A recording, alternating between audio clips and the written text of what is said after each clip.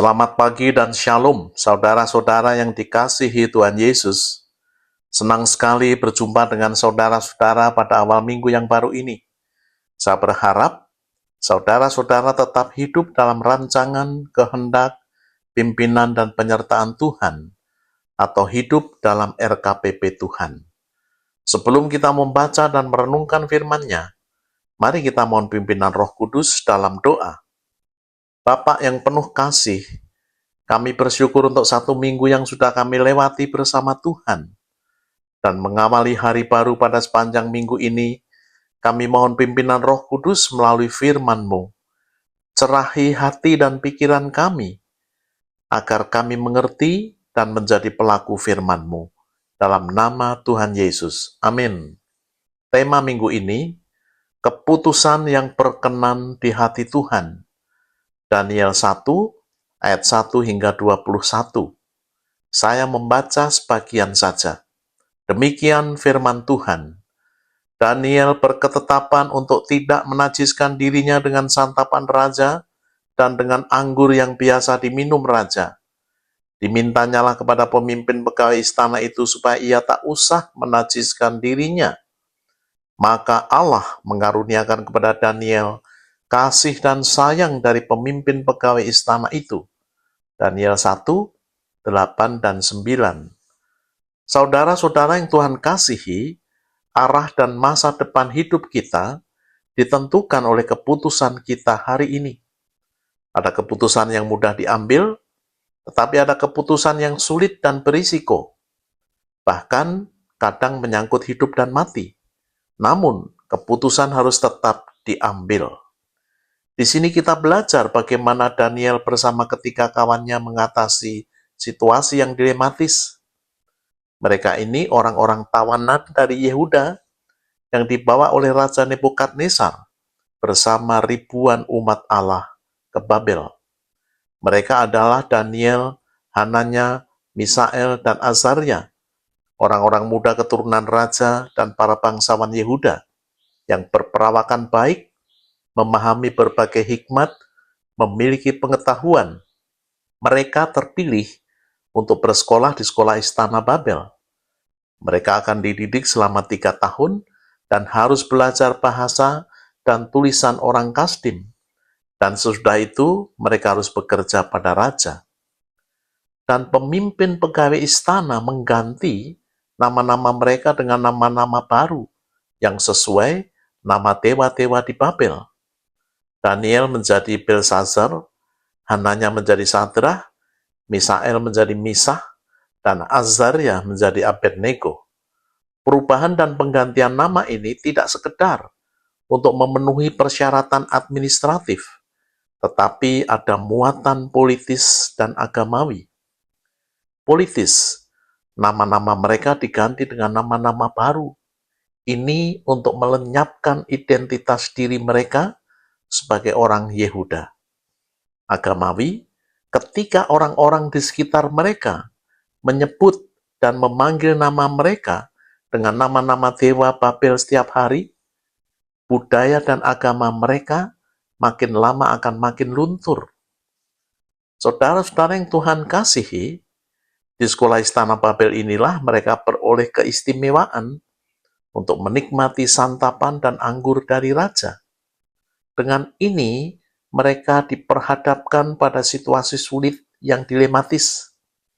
Menikmati santapan raja berarti melanggar firman Tuhan. Tetap setia kepada Tuhan, risiko hukuman mati. Tetapi akhirnya, Daniel berketetapan untuk tidak menajiskan dirinya dengan santapan raja dan dengan anggur yang biasa diminum raja. Dimintanyalah kepada pemimpin pegawai istana itu, supaya ia tak usah menajiskan dirinya. Daniel memilih untuk hidup kudus dan berkenan kepada Tuhan, meski berisiko mati. Mengapa Daniel tidak mau menyantap makanan dan anggur dari raja? Makanan dan minuman raja sebelum disantap, terlebih dahulu dipersembahkan kepada dewa-dewa Babel. Juga sangat mungkin santapan Raja Nebukadnezar bervariasi dengan daging-daging yang diharamkan menurut hukum Taurat. Imamat pasal 11. Seringkali kita juga diperhadapkan dengan kompromi. Beroleh keuntungan besar dan cepat, karir yang melesat tetapi harus mengorbankan iman, tawaran kesenangan dunia yang berlawanan dengan kehendak Tuhan, atau tegas menolak dosa. Saudara-saudara yang Tuhan kasihi, dari mana Daniel beroleh keberanian untuk mengambil keputusan yang berisiko ini? 1. Imannya kepada Tuhan, Allah Israel, yang ditanamkan oleh para orang tua Israel kepada anak-anaknya sejak kecil. Ulangan 6 ayat 7 hingga 9. 2. Pengenalan dan pengalaman pribadinya bersama Tuhan. Ia tidak sekedar tahu Tuhan secara intelek, tetapi ia mengenal dan berelasi akrab dengan Tuhannya. 3. Komitmen pribadinya kepada Tuhan Allahnya. Frasa Daniel berketetapan menunjukkan komitmennya. 4. Keyakinan pada kemahakuasaan dan kedaulatan Allahnya yang lebih besar daripada Nebukadnezar. Kemudian Daniel melakukan pendekatan persuasif kepada pengawas makanan dan minumannya untuk diadakan percobaan dahulu selama 10 hari. Daniel hanya minta makan sayur-sayuran saja dan air untuk diminum. Setelah lewat 10 hari, ternyata perawakan mereka lebih baik dan lebih gemuk daripada semua orang muda yang telah makan dari santapan raja. Sehingga penjenang itu memenuhi permintaan Daniel untuk memberinya makan sayur-sayuran dan air untuk mereka minum. Saudara-saudara yang Tuhan kasihi, implikasi dari keputusan yang berkenan di hati Tuhan, yakni 1. Allah mengaruniakan kasih dan sayang dari pemimpin pegawai istana itu. 2. Allah memberikan pengetahuan, kepandaian tentang berbagai tulisan dan hikmat. 3. Secara khusus Daniel juga dikaruniai pengertian tentang berbagai penglihatan dan mimpi. 4. Mereka dikaruniai kebijaksanaan dan pengertian 10 kali lebih cerdas dari semua orang berilmu dan ahli jambi di Babel. Dan kelima, mereka juga beroleh anugerah jabatan politis yang tinggi dan kekayaan yang besar. Saudara-saudara yang kekasih, salah seorang sahabat kami, seorang profesional dengan keahlian accounting dan keuangan yang diperdalam dengan studi selama 2 tahun di Amerika, menyampaikan kesan-kesannya tentang tokoh-tokoh yang dapat diteladani dari video-video YouTube saya. Misalnya tentang Yonatan, dengan sasaran, iman, kesepakatan, dan keberaniannya. Juga Kaleb dan Yosua, yang fokus kepada Tuhan dan tidak gentar menghadapi raksasa-raksasa dan lain-lainnya. Dan beliau membagikan pengalaman hidupnya bersama Tuhan. Semula saya berkarir sebagai karyawan di sebuah kantor yang memiliki masa depan yang baik dan dapat memberikan kontribusi bagi masyarakat. Namun saya tidak kompatibel mengikuti sistem yang ada karena tidak sesuai dengan hati nurani saya sebagai seorang anak Tuhan. Ada opsi untuk keluar dari kantor, namun belum tersedia pekerjaan yang lain. Ini tidak mudah dan menimbulkan situasi yang dilematis. Anak istri saya mau makan apa? Ditambah orang tua, mertua, dan istri yang tidak mendukung. Dengan sedikit mengandalkan Tuhan, kemampuan diri sendiri, dan ilmu yang saya miliki, akhirnya saya mengambil keputusan untuk keluar dari kantor dan dari sistem yang tidak kondusif. Berbagai pekerjaan saya lakukan sesuai dengan keahlian saya.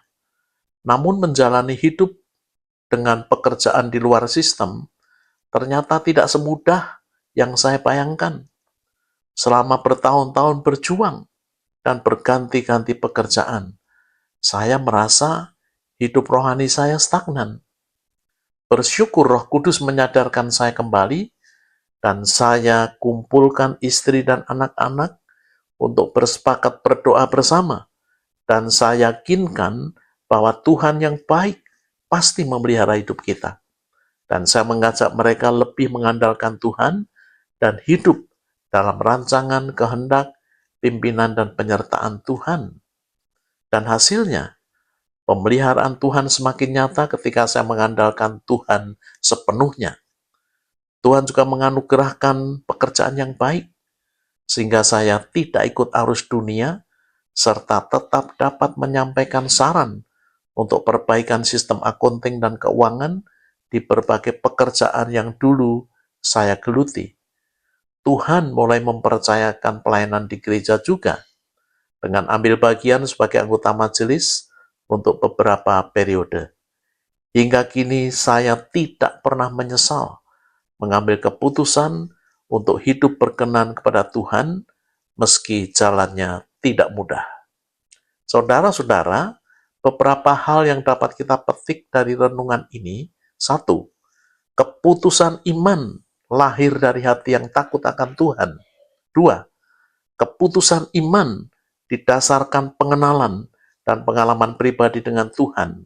3. Keputusan iman seringkali diperhadapkan dengan risiko. Yang terakhir, keputusan iman menghasilkan kita diperkenan Tuhan dan diberkatinya. Amin. Mari kita berdoa. Bapak, terima kasih untuk firman yang telah kami terima melalui renungan dan pengalaman seorang sahabat pemirsa video hamba-Mu ini. Berkati juga para pemirsa lainnya, sehingga mereka beroleh berkat dari firman Tuhan.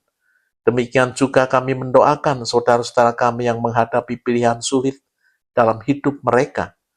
Kami mohonkan hikmat Tuhan, agar mereka dapat mengambil keputusan yang berkenan kepadamu. Berkati juga saudara-saudara kami yang sedang berjuang mengatasi berbagai kesesakan. Anugerahkan iman, agar mereka dapat mengatasi dan mengalami janji-janji Tuhan. Yang terikat dosa, mohon insafkan dan ampuni mereka dalam nama Tuhan Yesus. Saudara-saudara yang dikasihi Tuhan Yesus, sekarang terimalah berkat yang daripadanya. Tuhan memberkati saudara dan melindungi saudara.